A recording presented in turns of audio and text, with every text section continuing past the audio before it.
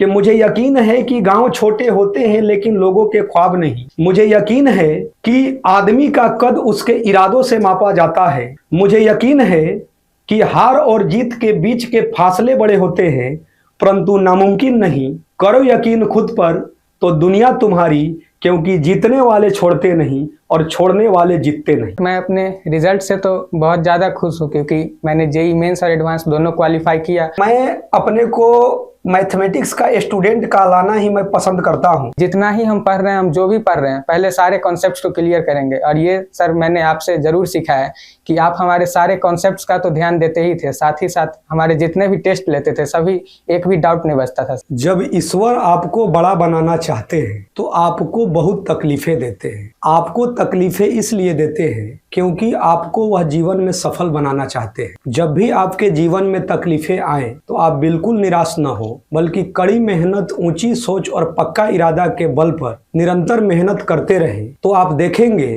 कि एक दिन आपको आपका लक्ष्य जरूर मिलेगा। प्रिय दोस्तों, आज की इस कड़ी में मैं अपने सबसे करीबी और पारिवारिक स्टूडेंट में से एक में आर्यन से आपको मिलाने जा रहा हूं। और सबसे बड़ी बात है कि जब आर्थिक रूप से गरीब परिवार के बच्चे देश के प्रतिष्ठित इंजीनियरिंग कॉलेजों में से एक में पढ़ने जा रहे हैं, वह भी सबसे टॉप के ब्रांच कंप्यूटर साइंस लेकर वो पढ़ने जा रहे हैं, तो लगता है कि कहीं ना कहीं ऐसे ही राष्ट्र निर्माण होता है, समाज बेहतर होते जाते हैं। आर्यन बिहार राज्य के समस्तीपुर जिले के रामपुर केशवपट्टी गांव के रहने वाले हैं। ये कई पीढ़ियों के बाद अपने परिवार के पहले सदस्य हैं जो देश के प्रतिष्ठित इंजीनियरिंग कॉलेज में जाकर ये कंप्यूटर साइंस ब्रांच पढ़ने जा रहे हैं। आर्यन बताएंगे कि ये JEE मेन भी ये क्वालिफाई किए, JEE एडवांस एग्जाम भी क्वालिफाई किए, लेकिन इनका सपना था कि हमको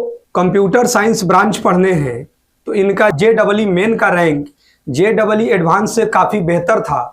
कितना रैंक था बेटा आपका JEE मेन में? 950। इनका JEE मेन में 950 रैंक था। तो इन्होंने देश के प्रतिष्ठित NIT में से एक में, NIT दुर्गापुर में इन्होंने कंप्यूटर साइंस ब्रांच को चुना है। तो काफी अच्छा लगता है कि जब आर्थिक रूप से गरीब परिवार के बच्चे जब JEE प्रवेश परीक्षा में जब ये सफल होते हैं, क्योंकि ऐसा माना जाता है कि सबसे कम उम्र का सबसे टफ कंपटीशन में से एक में JEE मेन और एडवांस्ड को माना जाता है। तो पहले तो आर्यन आपको बहुत बहुत बधाई और शुभकामनाएं हैं कि आपने एक बहुत ही ग्रामीण परिवेश से निकलकर आप उस बुलंदियों तक पहुंच रहे हैं, जिससे सबसे बड़ा ये एक हासिल होने जा रहा है। सबसे बड़ी बात यह होगी कि आने वाले जो भी पीढ़ी हैं, आपके जो घर परिवार में या आपके मोहल्ले में, समाज में जो भी बच्चे लग रहा होगा कि भाई हम कैसे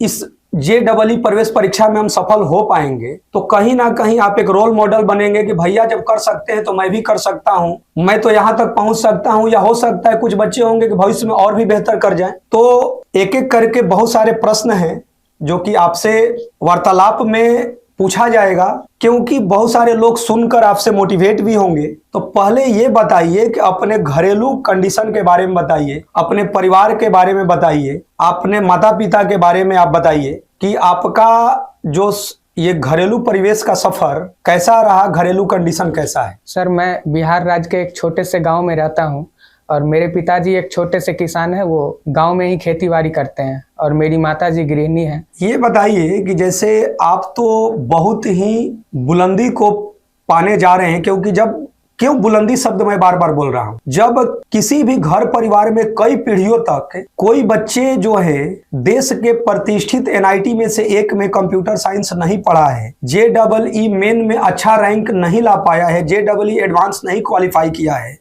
और आप कई पीढ़ियों के बाद आप पहले हैं, तो इसलिए जानना यह जरूरी है कि यह बताइए कि आपके पिताजी की पढ़ाई कहाँ तक हुई है। सर मेरे पिताजी 7वीं कक्षा तक पढ़े हैं। देखिए दोस्तों, ये ऐसे ही समाज बनता है। आर्यन के पिताजी वो 7वीं क्लास तक की शिक्षा ले पाए, लेकिन बेटा जो है देश के प्रतिष्ठित कॉलेजों में पहुंचकर हाईली एजुकेशन को प्राप्त करने जा रहा है। तो इससे बड़ी गर्व की बात कुछ नहीं हो सकते हैं। आपको दिल से बहुत बहुत बधाई और शुभकामनाएं हैं। यह बताइए कि जब आप 2022 में मेरे सानिध्य में पहली बार पढ़ने आए थे तो 22 जून, शायद मुझे जितना मालूम है 22 जून 2022 को पहले ही दिन रात भर क्लास चला। एक साथ में 2 क्वेश्चन पूछ रहा हूं, तो ऐसा भी रहा होगा कि भाई ये कौन शिक्षक हैं जो पहला ही दिन रात भर 11-12 घंटा क्लास हो गया। माता पिता को भी जानकारी किसी माध्यम से आपने दिया होगा, तो एक माता पिता का अनुभव, एक आपका अनुभव कि क्या रहा, और उसके बाद यदि ये आप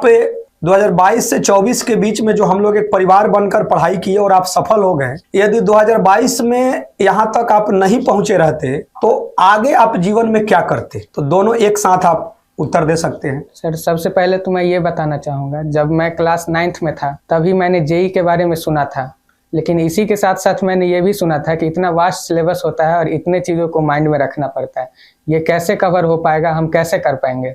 मतलब मेरा ये सपना तो था लेकिन एक दृढ़ निश्चय नहीं था। मतलब हम इसको सुनिश्चित नहीं कर पा रहे थे कि हम जेई की तैयारी करेंगे, लेकिन कहते हैं अगर किसी भी चीज़ को हम दिल से चाहते हैं तो वो पूरा हो ही जाता है।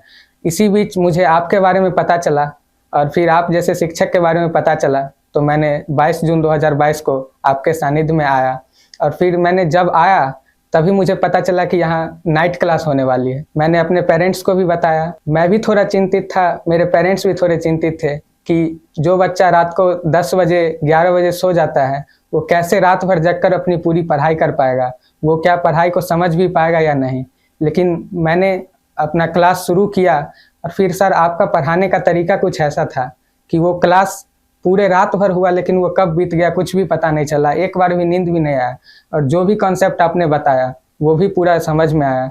तो ये सबसे बड़ी बात थी सर। अब आप ये बताइए कि जब आप अपना पढ़ाई जो है 2022 में आपने स्टार्ट किया था और उसके बाद अब 2024 आ चुके हैं और आप सफल भी हो गए, तो अब बताइए कि ये 2 साल का जो जर्नी रहा वो कैसा रहा? सर सबसे पहले जब हम यहाँ आए तब हमने अपना क्लास शुरू किया, और सबसे पहले तो कोई बच्चा अगर कोई भी प्रिपरेशन स्टार्ट करता है या अपना कोई भी पढ़ाई का शुरुआत करता है, सबसे पहले वो ये देखता है कि सिलेबस कितना है।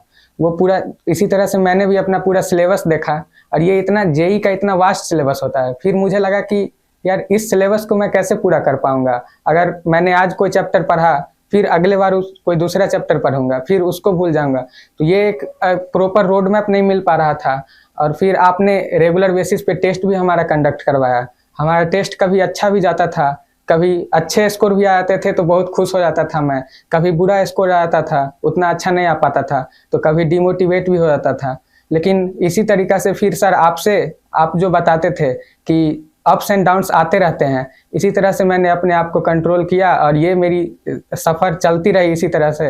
और फिर आपके साथ रह के सर फिर मेरा फाइनल सिलेक्शन हुआ जेई में। ये आप बताइए कि जैसे बहुत सारे जूनियर भी आपको सुनेंगे, तो कुछ बच्चे 2025 में पेपर देने वाले हैं, कुछ 2026 में ही पेपर देंगे, तो ये बताइए कि 2025 वाले के पास तो कम समय है और जो इस वर्ष 10th पास करके आए हैं तो 2026 में पेपर देंगे। तो जूनियर्स के लिए क्या सजेशन है कि किस रोड मैप के साथ आप तैयारी करें कि वो भी बच्चे सफल हो, और जो बच्चे असफल हुए, क्योंकि यदि आईआईटी, एनआईटी और ट्रिपल आईटी तीनों को मिला लिया जाएगा तो लगभग 50,000 के करीब सीट होगा, लेकिन यदि 12.5 लाख बच्चे बैठ रहे हैं तो क्लियर है कि 12 लाख बच्चे छट जा रहे हैं। अब तीनों की यदि कंप्यूटर साइंस की बात की जाए तो सीटें तो और कम हो जाएंगी। तो अब सोचिए कि आखिर बच्चों को सफल बनना है, इतने क्राउड में सीटें सीमित हैं, तो कैसे वो अपनी तैयारी करें कि कम से कम वो है कि वो कहीं ना कहीं अपना सीट जो है अलॉट वो करा ले। और वो भी चीज है कि बच्चों का अपना एक सपना होता है कि हमको यहाँ तक पहुंचना है, मेरा ये गोल है। तो ये बताइए कि आप अपने रिजल्ट से कितने खुश हैं और आप अपने जूनियर को क्या सजेशन दीजिएगा? सर अब मैं अपने रिजल्ट से तो बहुत ज़्यादा खुश हूँ, क्योंकि मैंने जेई मेंस और एडवांस दोनों क्वालिफाई किया और मैं जो ब्रांच चाहता था वो ब्रांच लेके एक टॉप एनआईटी में अभी पढ़ने जा रहा हूँ। तो इस सफलता के पीछे मैं और अपने जूनियर्स को मैं 2 पॉइंट ज़रूर बताना चाहूँगा। सबसे पहला पॉइंट जो है वो है कंसिस्टेंसी। जेई के प्रिपरेशन में या किसी भी एग्ज़ाम के प्रिपरेशन में खासकर जेई में कंसिस्टेंसी का तो बहुत ज़्यादा ध्यान रखना है। जैसा कि मैंने बताया था कि इतना वास्ट सिलेबस है और इसको कैसे पूरा कर पाएंगे हम। अगर आज कोई चैप्टर पढ़े तो आने वाले समय में पिछले चैप्टर को भूल जाएंगे, या इस तरह का प्रॉब्लम जो आते रहता है। ये प्रॉब्लम बिल्कुल भी नहीं आएगा अगर कोई बच्चा कंसिस्टेंटली मेहनत करते रहेगा। बहुत सारे बच्चे ऐसे होते हैं कि किसी दिन बहुत ज़्यादा मोटिवेट हो जाते हैं और किसी दिन पूरे अच्छे तरीके से पढ़ लेते हैं और फिर छोड़ देते हैं, तो इस तरह से प्रिपरेशन बिल्कुल भी नहीं हो पाएगा। अगर कोई बच्चा कंसिस्टेंट अपना हार्ड वर्क करते रहेगा, हार्ड वर्क के साथ साथ स्मार्ट वर्क करते रहेगा, वो बिल्कुल इसमें सक्सेस हासिल करेगा। और दूसरा बात है कि ऑनेस्टी, जैसा कि सर मैंने आपसे ही सीखा है कि आप रेगुलर बेसिस पे हमारा टेस्ट कंडक्ट करवाते थे, और अगर अगला टेस्ट है तो उससे पहले आप हमारे सारे क्वेश्चन, सारे डाउट सॉल्व करवाते थे। ये सबसे बड़ी बात है सर, क्योंकि अगर कोई भी बच्चे आजकल क्या कर रहे हैं कि कोई भी टेस्ट हो रहा है तो अगर एक क्वेश्चन या एक ही क्वेश्चन उनको अगर बहुत ज़्यादा डिफिकल्ट लग रहा है तो वो उस क्वेश्चन को छोड़ दे रहे हैं, और उनके मन में कभी कभी ये भी ख्याल आ जा रहा है कि इतना क्वेश्चन हम तो सॉल्व कर ही लिए, तो हो सकता है ये क्वेश्चन हमारे एग्जाम में नहीं आएगा। लेकिन हो सकता है कि वही क्वेश्चन आ जाए, उसी कॉन्सेप्ट पे बेस्ड क्वेश्चन आ जाए एग्जाम में। तो ये चीज़ बच्चे को ऑनेस्ट रहना जरूरी है, क्योंकि जितना ही हम पढ़ रहे हैं, हम जो भी पढ़ रहे हैं, पहले सारे कॉन्सेप्ट्स को क्लियर करेंगे। और ये सर मैंने आपसे ज़रूर सीखा है कि आप हमारे सारे कॉन्सेप्ट्स का तो ध्यान देते ही थे, साथ ही साथ हमारे जितने भी टेस्ट लेते थे सभी एक भी डाउट नहीं बचता था सर। तो हम अपने जूनियर्स को यही 2 पॉइंट बताना चाहेंगे। सबसे पहला कंसिस्टेंट रहना और दूसरा ऑनेस्टी रखना। देखिए, मेरा मानना यह है कि मैं कई बार यह बोला भी हूँ कि जो ज्ञान जो होता है उसको, ज्ञान जो कई मायने में स्टूडेंट से भी शिक्षक लेते हैं, क्योंकि ज्ञान जो होता है वो सामूहिक आदान प्रदान से ही वो मिल पाते हैं। मेरा ऐसा मानना है कि मैं कई बार ऐसा बोलता भी हूँ कि मैं अपने को मैथमेटिक्स का स्टूडेंट कहलाना ही मैं पसंद करता हूँ कि ये इतना बड़ा वर्ल्ड है और उसमें मैं ऐसा मानता हूँ कि मैं मैथमेटिक्स डेसिमल से भी मैं कम जानता हूँ। बस यह है कि कई वर्षों से मैं प्रयास कर रहा हूँ कि JEE मेन और एडवांस के लिए बच्चों को मैं पढ़ाने का प्रयास करता हूँ, लेकिन कई बार ऐसा होता है कि बहुत सारी बातें बच्चे से भी सीखने को मिलता है। ऐसा मेरा अनुभव है और मेरा मानना भी है कि जितने अच्छे बच्चे रहते हैं तो कई बार कॉन्सेप्ट बच्चों से भी सीखने को मिलता है, और अधिक बार इन 2 वर्षों में बच्चे को सिखाने का भी सौभाग्य मिलता है। तो यह पारस्परिक जो है, सामूहिक प्रयास से ही जो होता है कि बच्चे से हम लोग सीखते हैं और हम लोगों के पास जो है बच्चों को सिखाते हैं, तभी रिजल्ट हो पाते हैं। ये बताइए कि इन 2 वर्षों में एक परिवार बनकर, एक दूसरे को 2 वर्षों में परिवार बनकर पढ़ाने का प्रयास आपको किया गया, तो ये बताइए कि इन 2 वर्षों में मेरे जो टीचिंग स्टाइल रहा उसमें आपको क्या यूनिक लगा या क्या अनुभव हुआ, क्योंकि ये आपके दिल में ही है। तो आपसे भी हमको कुछ जानने को मिलेगा कि क्या मुझ में कमियां रहा या क्या कुछ ऐसा यूनिक है जो कि मुझे मालूम नहीं है, ये बच्चे ही अनुभव कर पाते हैं। तो क्या इन 2 सालों में आपने पाया? सर कमियां तो मुझे वैसा कुछ नहीं मिला, लेकिन एक चीज़ यूनिक ज़रूर मिला कि आप मैथमेटिक्स पढ़ाते थे। आपका क्लास थोड़ा लेंदी, थोड़ा ज़्यादा देर का ज़रूर होता था, लेकिन ज़्यादा देर का ये भी मतलब नहीं था कि वो क्लास बोरिंग होता था। वो क्लास इंटरेस्टिंग भी होता था, और आपका हमेशा यही फोकस रहता था कि कोई अगर टॉपर है वो भी उतना ही कॉन्सेप्ट को उतने ही अच्छे तरीके से समझे, और कोई थोड़ा एवरेज टाइप का है वो भी कॉन्सेप्ट उतना ही अच्छे तरीके से समझे। तो वो दोनों कैटेगरी के स्टूडेंट को बेनिफिट मिलता था। तो सबसे यूनिक हमको यही लगा था कि आप जो भी पढ़ाते थे वो पूरा कॉन्सेप्ट सभी स्टूडेंट्स को क्लियर हो, इस पर आपका ज़्यादा फोकस रहता था। तो आपके पढ़ाने के तरीके में सबसे यूनिक चीज़ हमको यही दिखा था। दोस्तों, मैं आपको बताने जा रहा हूँ कि ये बच्चे जो हैं 2 साल मोबाइल से दूर रहे हैं, क्योंकि मेरा मानना है कि JEE मेन और एडवांस जैसे प्रतिष्ठित एग्जाम को पास करना ये मोबाइल से तो नहीं हो पाएगा। उसका रीजन क्या है? मतलब रेयर केस में कोई कर गया तो अलग विषय है, लेकिन मैक्सिमम 99% बच्चे या उससे अधिक का तो नहीं होने वाला है। दिक्कत क्या है कि कोई भी होमवर्क टीचर दिए, उसको यदि क्वेश्चन नहीं बन पाया तो डायरेक्ट 5 मिनट में गूगल पर सर्च करता है। गूगल पर मैक्सिमम क्या मतलब सोल्यूशन आपको मिल ही जाते हैं। जिन बच्चों के पास मोबाइल नहीं है वो घंटों प्रयास करता है, तो घंटों प्रयास किया तो माइंड उसका ग्रोथ किया। लेकिन जो कोई है कि भाई 5 मिनट में नहीं बना, सॉल्यूशन देख लिया, तो उसको खुश तो हो गया, लेकिन अंतोगत्वा एक एग्जाम में बैठेगा तो वो क्लियर है कि वो नॉट क्वालिफाई होगा। ये क्लियर है। ऐसा आप अपने गली मोहल्ला में मिला सकते हैं या अपने रिलेशन में मिला सकते हैं कि 10th पास करके बच्चे मैथ लिए तो वो इंजीनियरिंग का प्रिपरेशन कर रहे हैं, और बायो लिए हैं तो मेडिकल का कर रहे हैं। लेकिन मैं इंजीनियरिंग वाले बच्चों की मैं बात कर रहा हूं कि आप देखिएगा कि मैक्सिमम असफल हो जाते हैं। आप रिलेशन में मिलाइए कि पता चलेगा कि 20 वर्षों में न जाने कितने बच्चे सब जो हैं जो आईआईटी एनआईटी के लिए प्रयास कर रहे हैं कि मैं सफल हो जाऊं, लेकिन पता चल रहा है कि 10-20 वर्षों में कोई एक मिला। क्यों मिला भाई? जब सब लोग अब कोचिंग पढ़ने गए ही थे तो आप लोग का रिजल्ट क्यों नहीं हुआ? रिजल्ट सेल्फ स्टडी से होगा, और वो सेल्फ स्टडी ईमानदारी से होना चाहिए, गूगल पर सॉल्यूशन देखने से नहीं होगा। तो आप बताइए कि आप 2 साल बिना मोबाइल के रहे, अब तो कॉलेज में जा रहे हैं, अब तो आपके पास मोबाइल भी माता पिता खरीद कर देंगे ही। तो अब बताइए कि 2 साल बिना मोबाइल से आप रहे, तो बिना मोबाइल के रहने पर क्या बच्चे के जीवन में फायदे हो रहे हैं, और मोबाइल होने से कितना फायदा या घाटा है, एक स्टूडेंट के रूप में आपका क्या अनुभव है? सर, अगर हम स्पेसिफिकली जेई एग्जामिनेशन को देखें तो ये कहा जाता है कि ये कॉन्सेप्चुअल एग्जाम है, और कहा ही नहीं जाता, मतलब ये सही में कॉन्सेप्चुअल एग्जाम है, क्योंकि हम जो भी क्वेश्चन प्रैक्टिस कर रहे हैं वो हो सकता है उस कॉन्सेप्ट पे बेस्ड आए, लेकिन हम जो क्वेश्चन अभी प्रैक्टिस कर रहे हैं ये सिमिलर क्वेश्चन तो बिल्कुल भी एग्जाम में नहीं आएगा। तो आजकल के जो भी बच्चे, जो भी जेई एस्पायरेंट्स हैं, उनका मोबाइल जो यूज कर रहे हैं, आजकल बहुत सारे बच्चे फ़ोन यूज कर रहे हैं, लेकिन इसका हम मतलब सबसे बड़ा 2 फैक्टर हम कंसीडर कर रहे हैं। पहला टाइम, और दूसरा वो अपने माइंड का पूरा सही से उपयोग नहीं कर पा रहे हैं। पहला टाइम क्या है कि मोबाइल फ़ोन का यूज करते हैं, हो सकता है कोई कॉन्सेप्ट देखने के लिए यूज करते हैं, लेकिन कोई कॉन्सेप्ट देखे और वो डिस्ट्रैक्ट हो गए किसी सोशल मीडिया या कहीं, तो सबसे पहले अगर उनके पास फ़ोन नहीं रहता तो वो उस टाइम को जो हम वो सोशल मीडिया पे बर्बाद करते हैं, वो उस टाइम को इफेक्टिवली अपने पढ़ाई पे दे सके। पहला रीज़न तो ये था। दूसरा था कि कोई भी क्वेश्चन वो अटेम्प्ट कर रहे हैं, कोई भी बच्चा अगर 10th पास करके जेई का प्रिपरेशन कर रहा है, तो यही है क्लास 10th में तो कोई भी क्वेश्चन 3 मिनट 4 मिनट में तो बन ही जाता है, लेकिन जेई इतना वास्ट है, कोई क्वेश्चन बहुत ही डिफिकल्ट होता है, कोई एवरेज होता है। इसी तरह से कोई क्वेश्चन को अटेम्प्ट कर रहा है, उसे 3-4 मिनट में नहीं बना, या कोई बच्चे तो 2 मिनट में ही परेशान हो जाते हैं। अगर मोबाइल फ़ोन रहता है तो मतलब नहीं चाहते हुए भी वो सर्च कर लेंगे क्वेश्चन को और सॉल्यूशन देख लेंगे।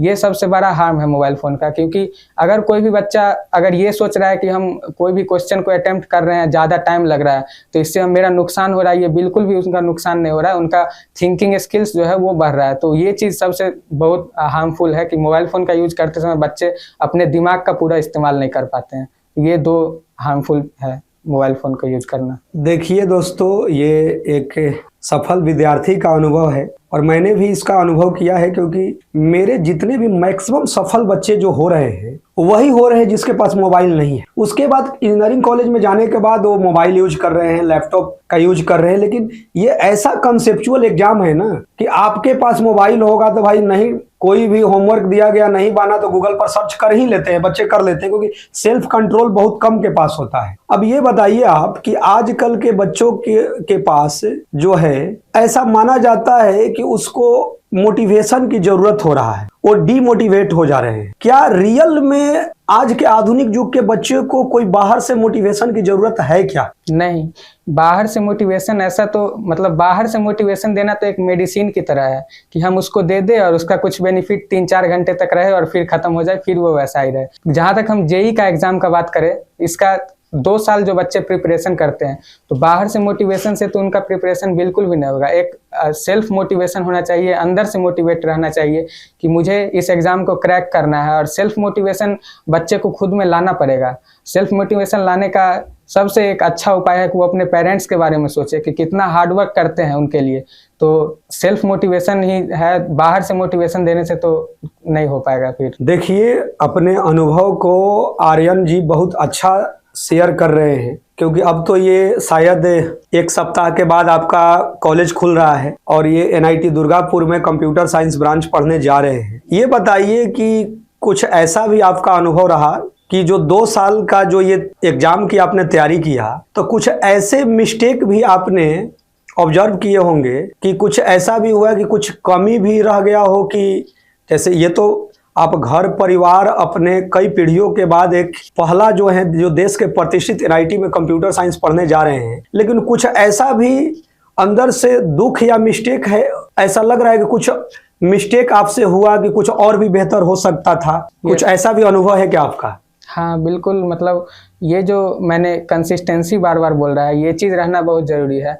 और ये इसको मैंने मेंटेन भी किया, लेकिन ज़रूर कहीं न कहीं ये लैग हो जाता था, कहीं न कहीं ये चीज़ छूट जाता था। ये थोड़ा मतलब मिस्टेक रहा है मेरे जर्नी में।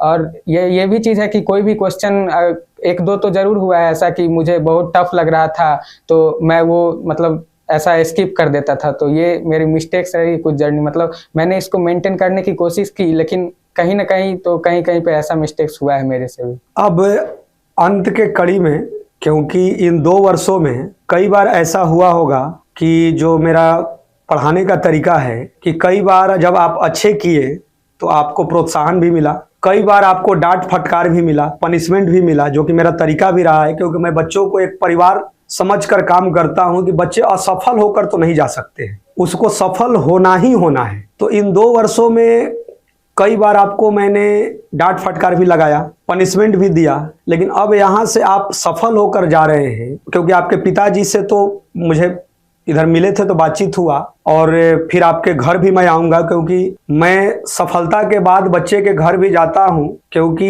एक पारिवारिक रिश्ता को और अटूट बनाना है, उनके घर भोजन भी करना है, मेरे घर भी बच्चे आते हैं। तो ये 2 सालों में कई बार आपको डांट फटकार लगा, कई बार छोटा उम्र रहता है तो बुरा भी लगते हैं, लेकिन अब तो आप यहाँ से सफल होकर जा रहे हैं। ऐसा क्या रहा कि भाई अचानक मेरा कम नंबर आता है तो सर इतना डांटते हैं, तो उस समय तो बुरा लगता होगा, लेकिन अब आप निकल रहे हैं तो आपके मन में क्या चल रहा है, क्योंकि अब तो आप कॉलेज में पढ़ने जा रहे हैं। सर आप तो हमारे मैथमेटिक्स गुरु थे, आप हमारा मैथमेटिक्स में तो पूरा ख्याल रखते ही थे, लेकिन सबसे बड़ी बात थी कि आप फिजिक्स का भी टेस्ट होता था या केमिस्ट्री का भी, उसका भी आप गाइड करते थे, उस पर भी ध्यान रखते थे। या कोई भी सब्जेक्ट में हो, कभी मेरा कम मार्क्स आता था, आप कभी अच्छा मार्क्स आता था तो आप प्रोत्साहन भी करते थे, कभी थोड़ा कम मार्क्स आता था तो आप हमें पनिश भी करते थे वो। लेकिन आज मैं चूंकि जेई एग्ज़ाम को सफलतापूर्वक मैंने अच्छा रैंक लाकर जेई एग्ज़ाम को पास किया है, तो अब मुझे ज़रूर समझ में आ रहा है कि वो पनिशमेंट भी जो है, वो जो पनिशमेंट मिलता है, ये कहीं ना कहीं हमारा एक प्रिपरेशन का एक पार्ट है, और ये होना बहुत ज़रूरी है। क्योंकि बच्चे शिक्षक जो होते हैं वो एक अभिभावक के तरह भी, जैसे आपने भी हमें सभी तरह से ध्यान रखा, और कभी खराब मार्क्स आने पे या कम मार्क्स आने पे आपने हमें डांटा भी। कोई एक स्टूडेंट होने के नाते या ह्यूमन बिहेवियर है कि उस समय तो सर थोड़ा बुरा ज़रूर लगता है, लेकिन जब आज मैं सफल हो चुका हूँ तो आज मुझे सब समझ में आ रहा है कि वो पनिशमेंट अगर नहीं हो पाता तो शायद मैं जितना अच्छा आज किया हूँ उतना अच्छा नहीं कर पाता। तो इसके लिए तो सर मैं आपका दिल से धन्यवाद देना चाहूँगा। जहाँ तक मेरा मानना है कि ये एक प्रिपरेशन के टाइम में ये एक उसी का एक प्रोसेस है जो कि होना बिल्कुल ज़रूरी है कोई भी स्टूडेंट के प्रिपरेशन के टाइम। एक आपसे जानने को मिला था कि जब आप गांव से 10th पास किए थे तो आपकी आर्थिक स्थिति उतनी मजबूत नहीं थी, तो आप यहाँ पढ़ने आए, लेकिन कुछ ऐसे भी आपके दोस्त मित्र थे जो आपके लगभग बराबर बोर्ड में मार्क्स लाए थे, या कुछ आपसे अधिक भी लाए थे। वो पटना, दिल्ली, कोटा या मतलब संपन्न इंस्टीट्यूट में वो पढ़े, लेकिन आपने बताया कि वो तीनों के तीनों असफल हो गए। तो ये बताइए कि आखिर ये आधुनिक कोचिंग व्यवस्था में आखिर 10th बोर्ड में आपसे अधिक नंबर आया था, देश के प्रतिष्ठित कोचिंग में भी वो पढ़े गांव से निकलकर, क्योंकि ये आप ही से जानने को मिला, और आपसे 10th में अधिक मार्क्स था तो शायद या आपके बराबर भी था, क्योंकि 94% या उससे अधिक लगभग बाउंड्री जो थे। तो आखिर वो बच्चे क्यों असफल हो गए, कि मतलब कि न NIT मिला, ना IIIT, ना IIT, वो कहीं पर भी सफल क्यों नहीं हो पाए? इसका क्या कारण रहा होगा? मतलब इसलिए पनिशमेंट की बात हो रहा है, क्योंकि आधुनिक कोचिंग व्यवस्था में क्या होता है कि आप पैसा जमा कर दिए हैं, पढ़ रहे हैं आप, बस अब ये नहीं है कुछ 50,000 1 लाख बच्चे हैं, 2-4 गो का रिजल्ट आ गया, उसी का विज्ञापन होता है। क्योंकि आपको कौन डांटेगा भाई, डांटता ही नहीं, क्योंकि सबको अपनी बिजनेस पर ध्यान है कि डांटेंगे तो पता चलेगा कि बैच ही ना खाली हो जाए। लेकिन फिर भी मैंने 2 साल तो डांटना नहीं छोड़ा। तो ये बताइए कि आखिर जब 10th में आपसे बेहतर थे, क्योंकि आपके गाँव के तो आप ही जानते होंगे कि आप ही ने बताया कि बड़े बड़े कोचिंग्स में भी जाकर पढ़े, नामी कोचिंग्स में, तो उन लोगों का रिजल्ट क्यों नहीं हुआ? सर कोई भी स्टूडेंट्स के पास तो मेरा ये मानना है कि टैलेंट का कमी होता नहीं है। और जहाँ तक बात है, मेरे जो कुछ फ्रेंड्स थे जिनका हमसे सिमिलर मार्क्स आया था, तो कहीं ना कहीं तो हमसे मेरे ही इतना टैलेंटेड थे, या किसी का अगर हमसे ज़्यादा मार्क्स आया था तो वो हमसे भी ज़्यादा टैलेंटेड था। लेकिन और वो इतने बड़े बड़े कोचिंग, इतने फेमस कोचिंग में पढ़े भी, वहाँ के टीचर्स भी पढ़ाते तो हैं, लेकिन सिर्फ पढ़ाने से और सिर्फ एक बार पढ़ लेने से ही तो रिजल्ट नहीं आता है।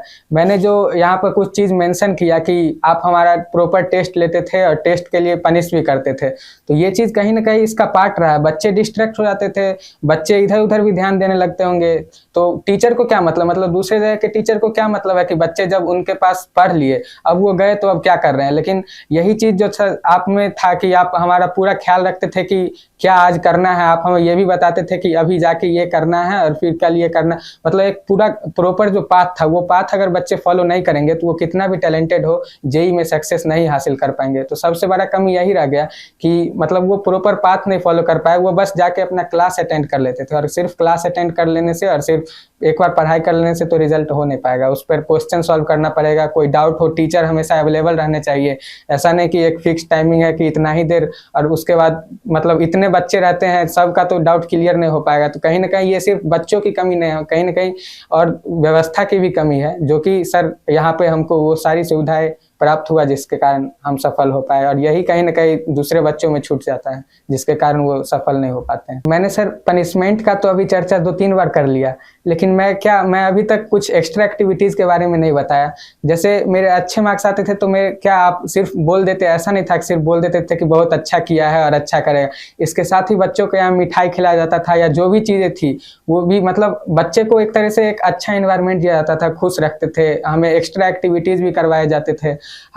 कई बार हमें मतलब बाहर ले जाके भी खाना खिलाया गया, और भी बहुत सारी फैसिलिटीज ये सब भी जो थी, ये सब भी हमारा पार्ट था। मतलब सिर्फ पनिशमेंट ही नहीं, मतलब एक शिक्षक होने के नाते आपने हमें पनिशमेंट से लेकर हमें अच्छे मार्क्स आने पे हमें प्राइज, गिफ्ट और प्रोत्साहन सब किया। मैंने हमेशा से ये माना है कि बच्चे एक परिवार होते हैं। जब अपने माता पिता से दूर आपके पास पढ़ने आते हैं, तो जैसे घर परिवार में माता पिता भी बच्चे की भलाई के लिए डांटते हैं, तो मैं भी बच्चों को डांटता हूं। लेकिन जैसे कैसे इन्होंने चर्चा किया कि डांटे तो भाई बच्चा है ना, माता पिता से दूर है, तो अगले दिन उसको मिठाई खिलाया जाएगा।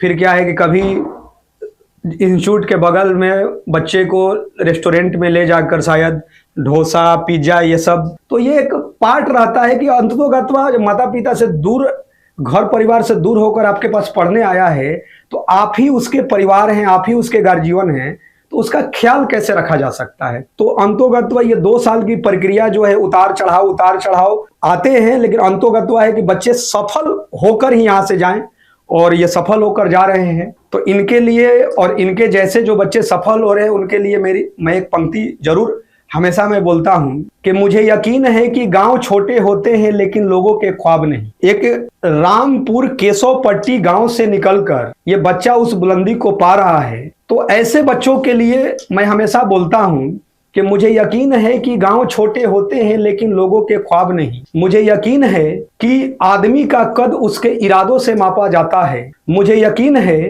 कि हार और जीत के बीच के फासले बड़े होते हैं, परंतु नामुमकिन नहीं। करो यकीन खुद पर तो दुनिया तुम्हारी, क्योंकि जीतने वाले छोड़ते नहीं और छोड़ने वाले जीतते नहीं।